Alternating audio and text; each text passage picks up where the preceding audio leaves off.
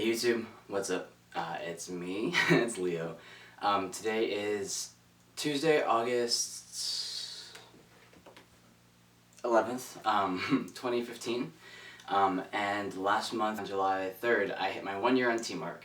And I know I mentioned in my last video that I was gonna make a 1 year video, and I know it's a month late, but here it is. So last time we talked, I think I was talking about like the Miley Cyrus Happy Hippie Foundation project. I just want to thank you all again for your positive feedback and your constructive feedback and your critiques and everything, because I think that this project really spurred a lot of great conversations, like I said before, and those conversations have been continuing since the last video. I'm still getting messages from folks on Instagram. I'm getting tweets from people, so it's been a really amazing thing, and I'm very honored to have been a part of it. So thank you all. First of all. Second of all, since we've talked, I've also gotten to travel again. I went to San Francisco in the middle of July with one of my good friends, and we got to visit Instagram, which was amazing. It was really, really great. I met a lot of really kind people there, really dedicated people to storytelling and to Instagram, and just to promoting awareness and education and respect for all people. So that was great. That was really great. Excuse me, I have allergies. Yeah, so 1 year on T. It's been a very, very, very, very interesting year.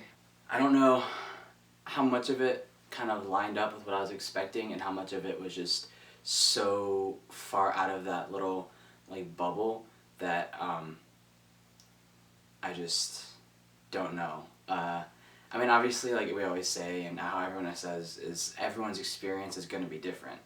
Everyone who chooses to undergo hormone treatment, no one's really going to have the same experience. And I definitely felt that. Yeah, so I don't even know where to start with that. I guess, obviously, over the videos of the last year, although they haven't been consistent, I can see a lot of changes. I hear my voice deepening and thickening. I've watched like my refusal to shave my creeper stash to finally shaving it, because it did look kind of weird. It looked kind of like peach fuzz, but not in a good way. I've watched my jawline, become more defined. I get a lot of comments on it. Thank you for that. I know my eyebrows have gotten thicker. I think that's like one of the lesser known talked about side effects. My hands sort of have changed. I can see the veins a lot more now. My forearms haven't really changed, but I can see the veins again here. And that also has to do with the fact that I was working out and making that, achieving that pump to like really see progress. It's been a really, really, I don't even want to say difficult, because I mean it has been difficult, but it's also been really rewarding. I learned so much about this process and what it means to me that it's really hard to put it into words, because it is so singular. I mean, some things, like I just mentioned, the voice and the hair and all that is kind of standard, what I expected, but I guess I didn't expect some more serious things in terms of like emotional changes. Like people, there's that assumption and stereotype that like you go on T, you're gonna have that uncontrollable rage.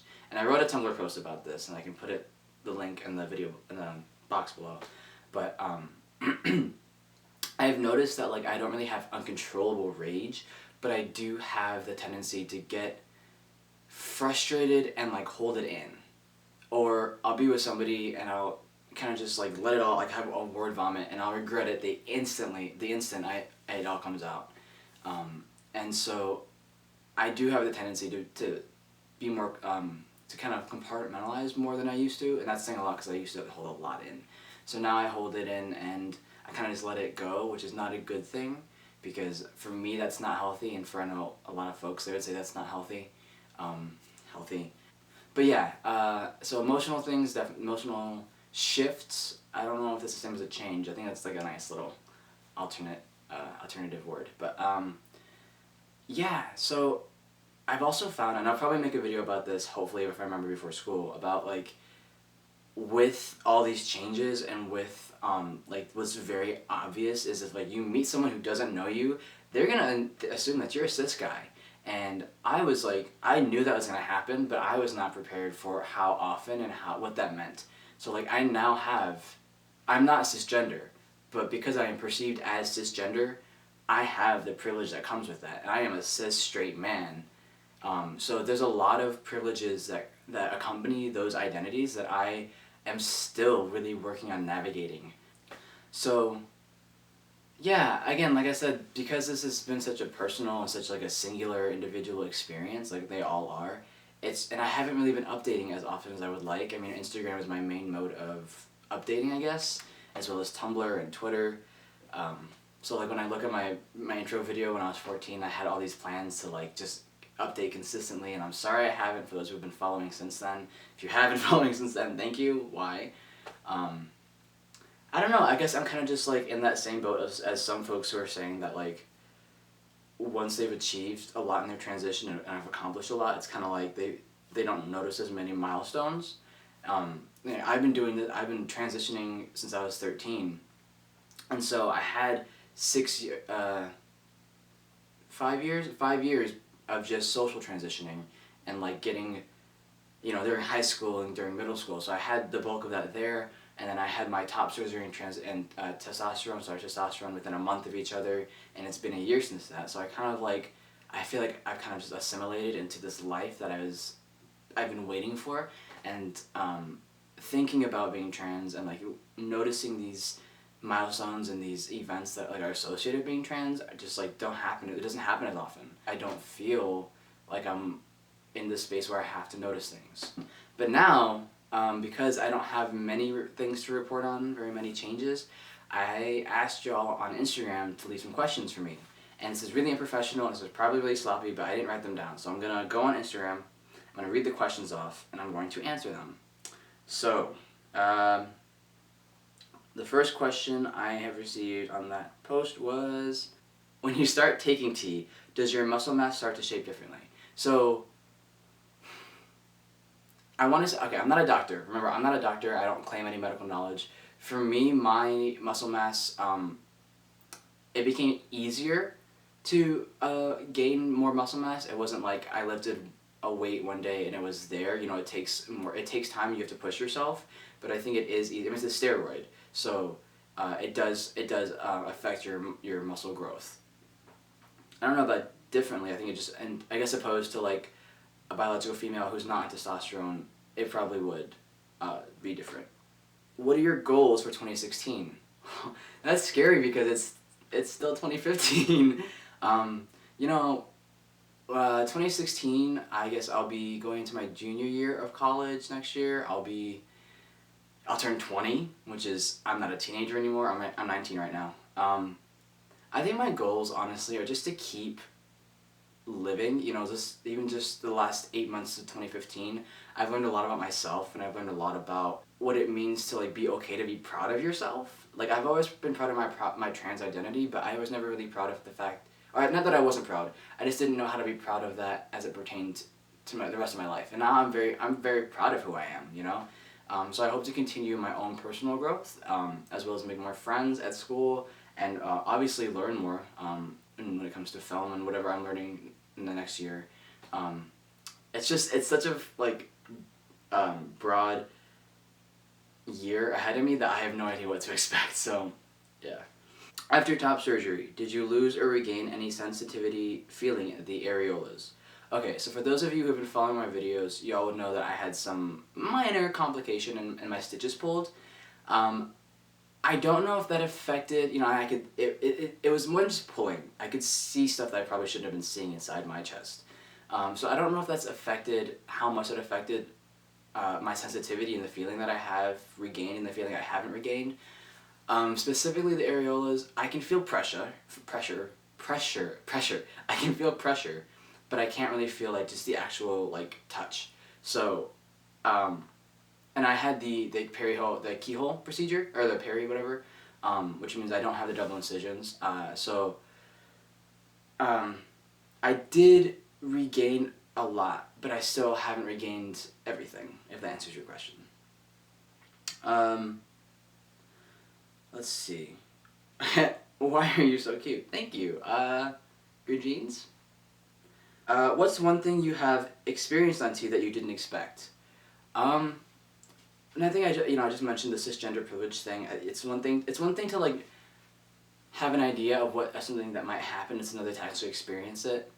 I think speaking purely on the testosterone side, this is gonna sound really gross, but I remember going to the gym in the first few weeks after starting T, and I think I forgot deodorant one day, and I was like, wow, this gym smells awful. But it was me. So I wasn't expecting that. I didn't know that was a hormonal thing. So it's embarrassing, and I know that sounds really bad. For the record, I do wear deodorant. So yeah, that was a little unexpected. How long did the process take for you to understand that you were trans? And how long after that did you decide you needed to make physical changes? Now that is also another video in and of itself. I see. I'll just say that I'm not one of those folks who always knew they were trans.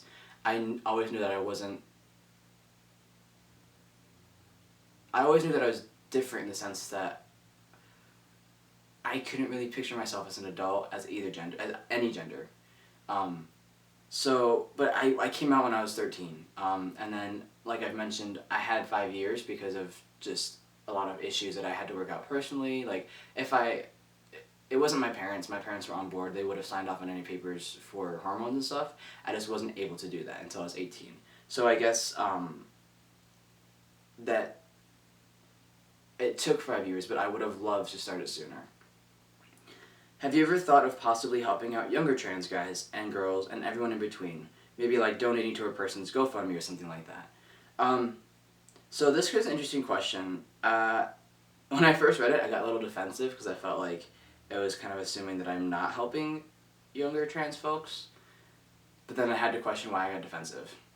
So in the sense that I donate to accounts, I don't do that. I could give many reasons, and they're probably not any of them are good enough.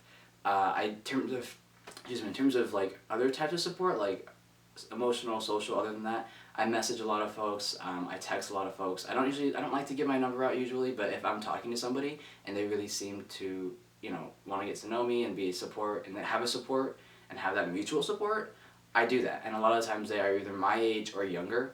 So I don't financially support GoFundMe pages for personal reasons, but I support them. I support the fact that there are GoFundMe pages, and it hurts to see that so many people are in need of money for something that they deserve to achieve.